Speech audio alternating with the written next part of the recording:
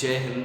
स्वागत है आप सभी का ऑनलाइन क्लास पढ़ते रहे। इसमें आज हम देखेंगे परवल की खेती और उसके बाद में चुलाई की खेती के बारे में।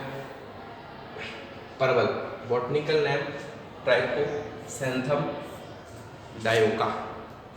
ट्राइकोसैंथम डायोका बॉटनिकल नेम या वानस्पतिक नाम होता है। बात करें फैमिली की तो फैमिली है कुकुरबिटेसी फैमिली है। Botanical name trichosanthes dioica. गुणसूत्र संख्या या क्रोमोसोम नंबर तो वो है 2n बराबर 24, 2n बराबर 24। उत्पत्ति स्थान परवल का कहाँ पे है? भारत में, ठीक है। और ये जो है परवल जो है एक परपरागित फसल है। इसका परागण जो होता है वो कीटों के माध्यम से होता है। परवल जो है एक परपरागित फसल है जिसका परागण जो होता है वो किसके माध्यम से होता है? तो कीटों के माध्यम से होता है। इसमें जब हम इसकी खेती करेंगे एक बात का विशेष ध्यान रखेंगे, हम नर और मादा के अनुपात रखेंगे 1:10। मतलब यदि आप 10 मादा पौधों को लगा रहे हैं, ठीक है, तो आपको वहाँ पे एक पौधा नर का लगाना होगा, जब ही वो वहाँ पे परागण हो पाएगा। ठीक, कितना? नर का एक पौधा और मादा के 10 पौधे, है ना। इसके लिए परागण के ताकि अच्छा परागण हो और अच्छे उसमें फल आए। बात करें तो बेल जो है वो सर्दियों में मर जाती है या सूख जाती है, ठीक है ना। और फरवरी के में उसमें फिर से जो फल है वो आने लगते हैं या पुनः जो फल देने के लिए वो तैयार हो जाते हैं। कब? सर्दियों में इसकी जो बेल है वो खराब हो जाती है। बात करें किस्मों की तो HP1, HP3, HP4, है ना। ये कुछ महत्वपूर्ण किस्में हैं, HP1, HP3 और HP4। और आगे है FV1, FV3 और FV4। ये कुछ किस्में हैं जिनको लगाने से आप अच्छी उपज प्राप्त कर सकते हैं।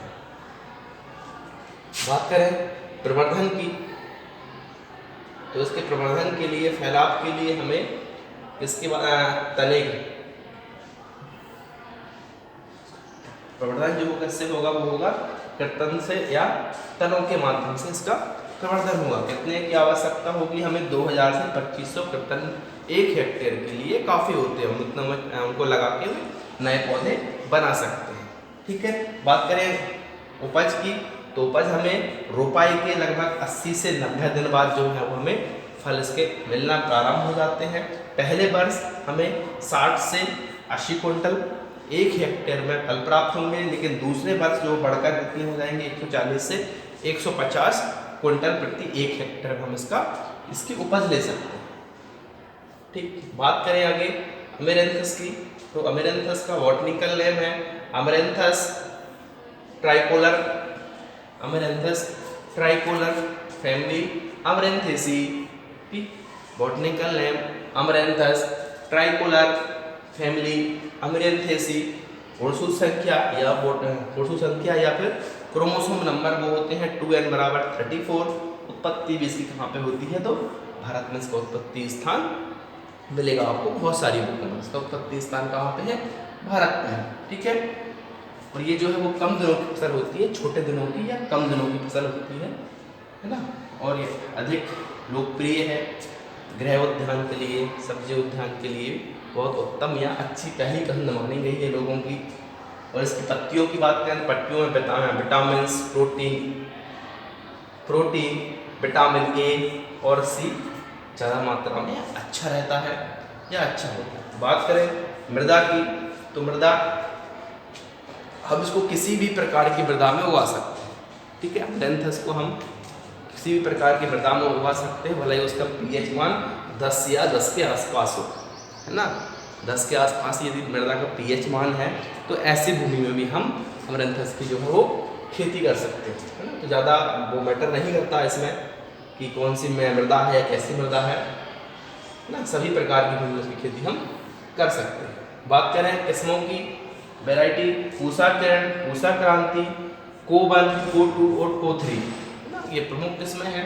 पूसा किरण, पूसा क्रांति नहीं, पूसा कीर्ति, पूसा किरण, पूसा कीर्ति, को1, को2 और को3 ये प्रमुख किस्में हैं। बीज दर या सीड रेट देखें तो 2 किलोग्राम बीजों की आवश्यकता होगी हमें 1 हेक्टेयर में खेती करने के लिए।